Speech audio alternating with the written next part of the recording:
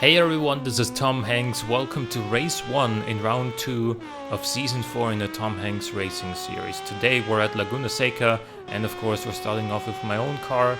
Now if you've raced around Laguna Seca over and over again like I did during the testing here, you will notice that actually, besides the elevation, it's actually like all of the corners are fairly similar to each other. You have quite a few straights in between them, and then you have mostly second or low third gear kind of corners, meaning downforce isn't quite as important here as it is on some of the other tracks that we're seeing, and instead the main ingredients you need here are power, good brakes, and good mechanical grip for the lower speed corners.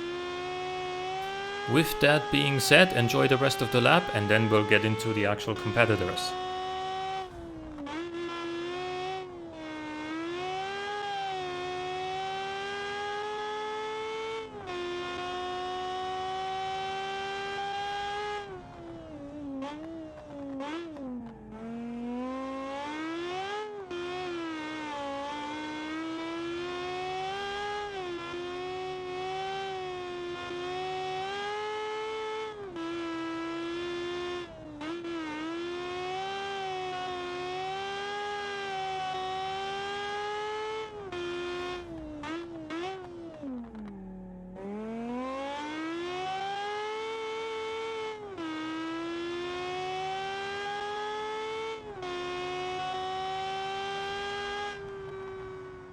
Since we're going in reverse order of the overall standings, first up is going to be the Jaeger. Now, out of the three main ingredients for a car to be fast that I just mentioned earlier, this has one, let's say, and that is the low speed handling, which is actually pretty decent. However, the brakes, while not bad, could definitely be improved both with better brake balance and with better aero. But the main thing that this is missing is clearly power. With this being in C class, it could absolutely use another 100 horsepower to compensate for the high weight.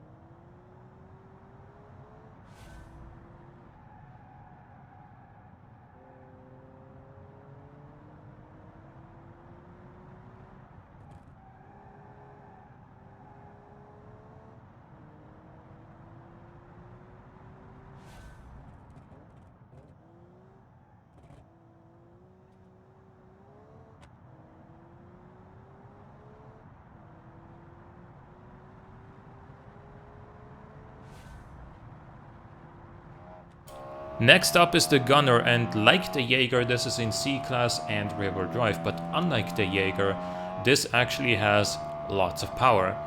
I think it also has slightly better brakes, and as long as you can keep the tail in check, the low speed handling is also very good.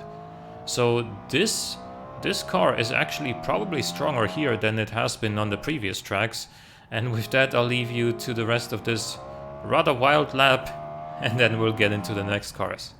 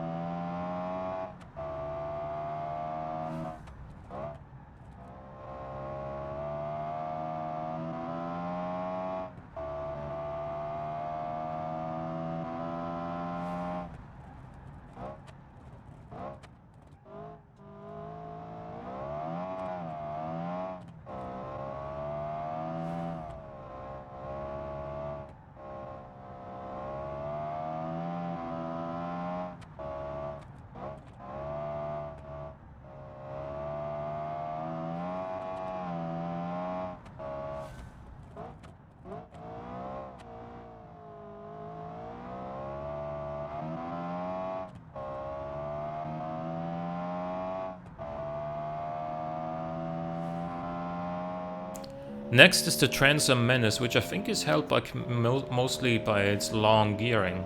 The engine is actually quite powerful, but the gearing is simply too long in my opinion. The brakes are decent, the handling is good, could maybe use a little bit more downforce, but it doesn't matter so much on this track. It is overall fairly well balanced suspension wise, but the gearing really slows it down in my opinion.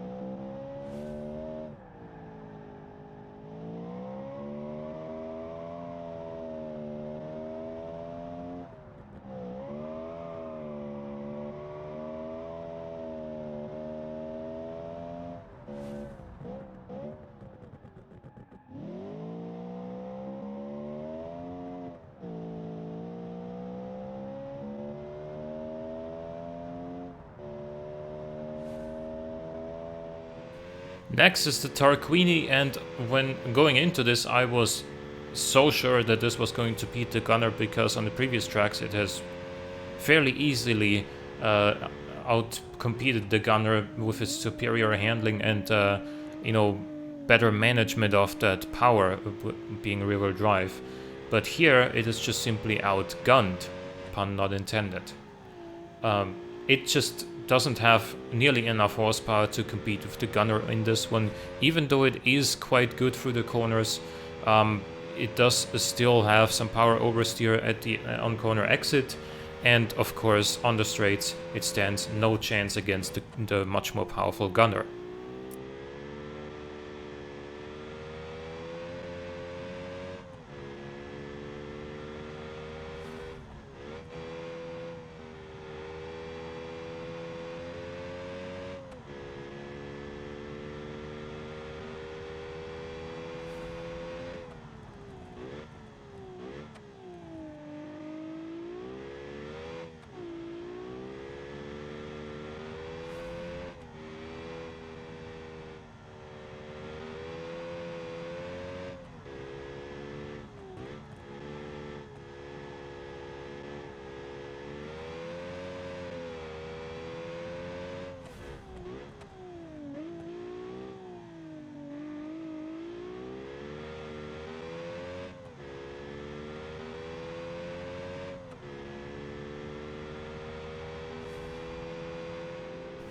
Next is the Armor, and it has good handling, decent brakes, decent engine. It's just an all-around solid, good car. It's just not nearly as powerful as the Gunner, and as a result it can't keep up on the straights, and the braking, while good, could definitely still be better if it had more downforce. And so overall solid performance, good time, but not enough to beat the Gunner.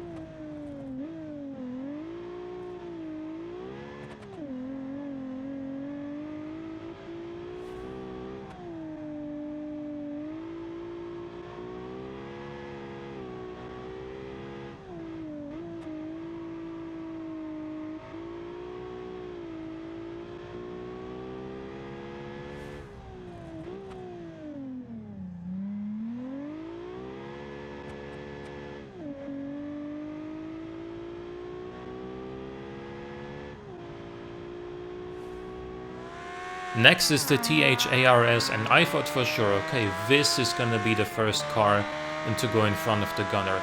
It's got good power, it's got good brakes, it's got good turning, it's got some downforce, it's front-wheel drive, so no reason to worry about power oversteer on corner exit or anything like that. And this is all true. And yet,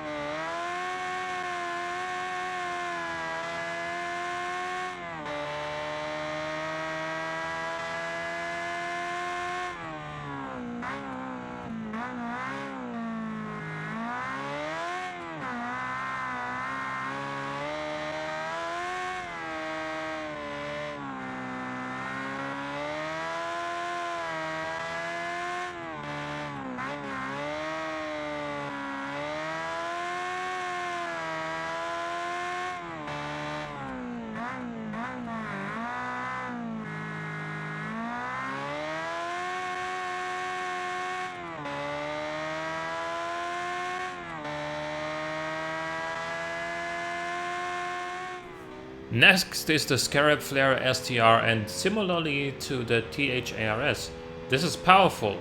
It's got some downforce, got good braking, good turning, front-wheel drive.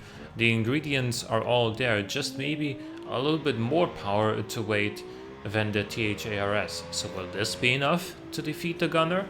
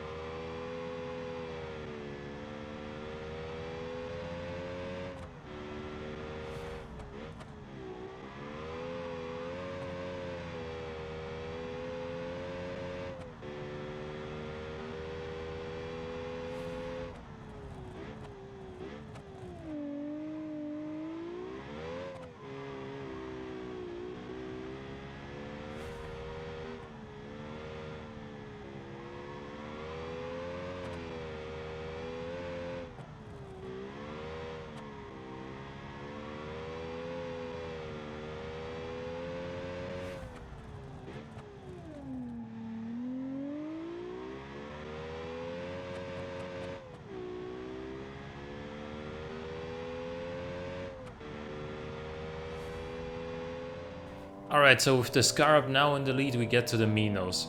This is more agile in the lower speed corners than the Scarab.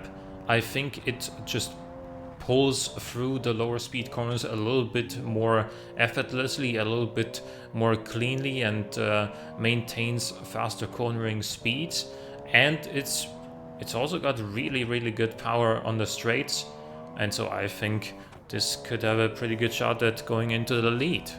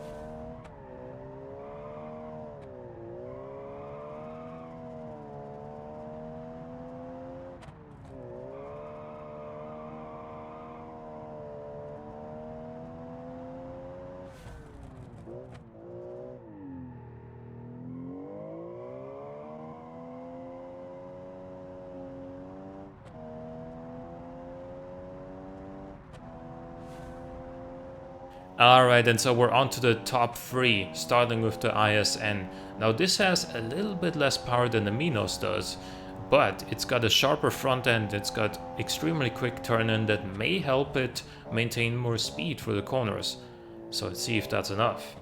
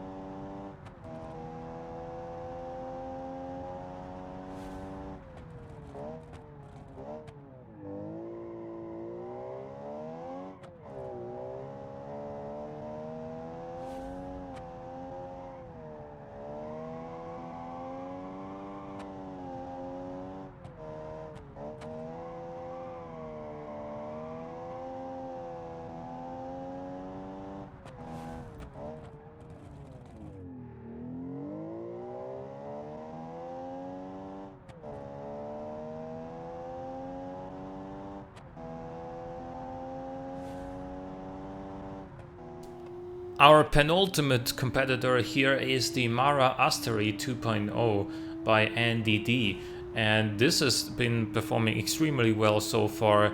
It's all around just a very good car, fast on the straights, good brakes, great handling, not too sharp like the ISN, but just very well judged. Will this beat the Minos once again like it did on the previous 2 tracks?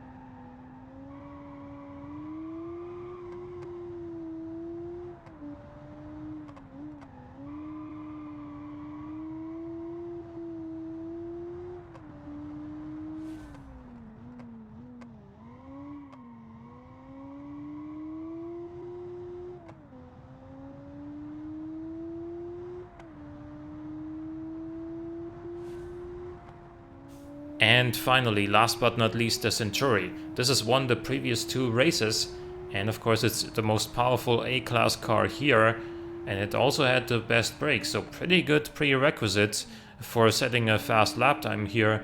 But the Mara is in the lead and it's performed extremely well, so will the Century get its 3rd win in a row?